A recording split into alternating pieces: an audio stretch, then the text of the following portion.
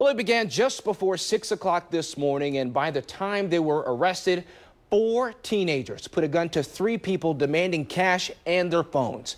WMAR 2 News' Brian Kubler is here now to explain this robbery spree and how police are looking into whether or not these teens are connected to other instances in the city.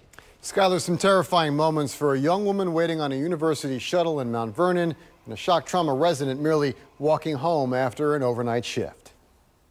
Maria Kaffes woke up to her husband running into their Otterbein home. He walks in and he's yelling my name, and I already knew something wrong happened, so I came downstairs running. He told me he was robbed. Her husband robbed on Sharp Street, walking home from his overnight shift at shock trauma as a resident. According to the police report, a silver Equinox drove up alongside him and 2 suspects jumped out. One of them had a gun and was dressed in a Halloween-style mask. They took his phone, a bag with books, and his credit cards, but thankfully, that was it. He is not injured, thank God.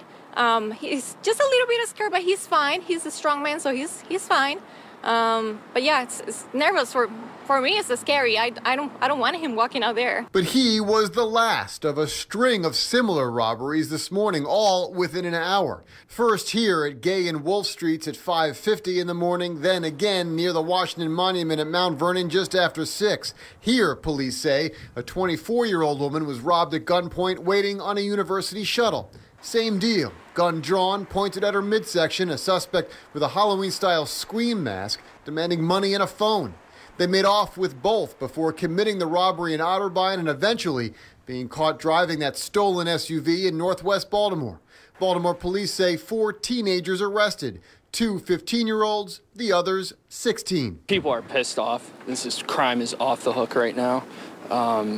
Juveniles are committing crime with absolutely no consequences. Councilman Eric Costello represents areas where 2 of the robberies happened. Add to that a carjacking in Federal Hill last week and the robbery and shooting of a South Baltimore man at Barney and Patapsco Streets Saturday night. It is unclear whether they are all connected, but this nexus of crime adds to 3 murders and more than a dozen shootings citywide since the weekend, a tide the councilman hopes the new police leadership can stem. I'm hopeful with this new commissioner that's coming on, and hopefully the council can expedite his confirmation that we're going to see some real changes. Changes that cannot happen soon enough for the ever-growing number of victims in Baltimore City. Anger, disappointment.